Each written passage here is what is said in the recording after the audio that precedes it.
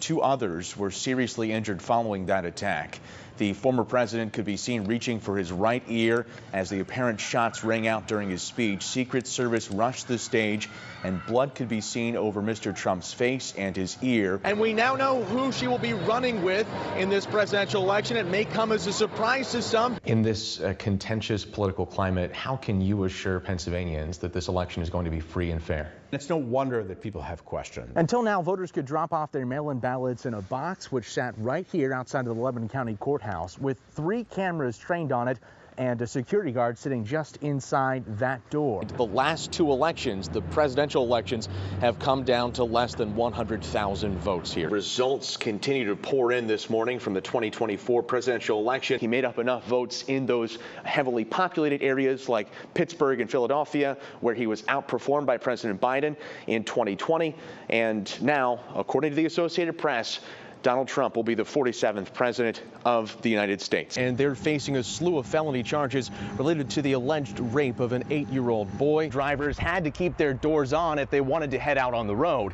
But a new law signed this week allows them to take these off. While the port's 17 terminals are still loading and unloading trucks, ships aren't allowed in or out of port as the rescue efforts continue. In the next few minutes, Governor Wes Moore is expected to meet with some of the personnel at the Shock Trauma Center here who responded to that bridge collapse. The short 3-page bill would effectively ban abortion nationwide, and the text does not include any exceptions. Some think the Gero spider can fly, but it's not really flying. What it's doing is ballooning. Baby spiders will climb up to the top of trees and jump off, releasing a small piece of silk, kind of like this balloon, and floating off to different destinations. Scientists say all sorts of spiders are pretty much raining down on you throughout the spring and summer months, but you just can't see them. They're small enough to fit on the point of this ballpoint pen. Just a moment ago, Braden, you said that it wasn't snowing. Look at this. I mean, that's all I have to say right there. A little bit of snowfall still coming down, picking up a little bit, actually. And the weight rating on this bridge has been downgraded in recent years, prompting Pennsylvania leaders to say, we need to replace it now. 7:03 on this Thursday, and we begin with an update to a story out of York County that made national headlines. The Southwestern School Board is standing behind a decision to add a window to a gender-neutral middle school bathroom. Wow. Still original. These doors have been in use for nearly 70 years. Students have been walking through them since Burroughs Elementary School opened in the 1950s. The building hasn't received a significant renovation since, and signs of its age are everywhere. From the leaking ceiling panels in this first-grade classroom, to the broken wheelchair lifts, to the old, energy-sapping windows in a building without air conditioning. School District of Lancaster Assistant Superintendent Matt Przwara says the school's problems don't end there. Unit ventilators, which they have back there, which are recycling the air or blowing heat.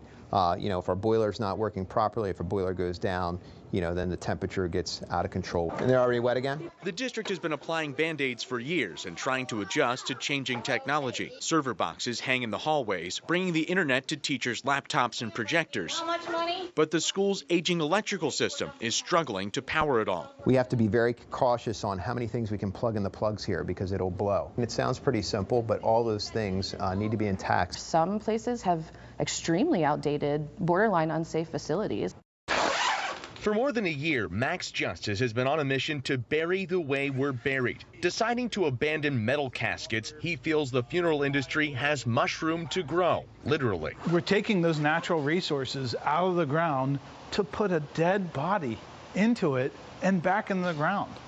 It absolutely doesn't make any sense. His company, Cetus Eternal Living, is now the first in the nation to sell biodegradable coffins made from fungi. It starts with a mushroom called mycelium growing in a bag of hemp. Oh yeah, and this is actually going to be coming out today. It's moved to a mold and formed in the shape of a coffin as it continues to grow and solidify over a few days. There we go.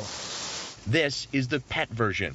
Oh, this is ready to come out too. Nice. The coffins are moved to a chamber with purified air and then to an oven. They cook for 20 hours at 155 degrees and become petrified. Cetus finishes 1 human coffin and 2 pet coffins per week.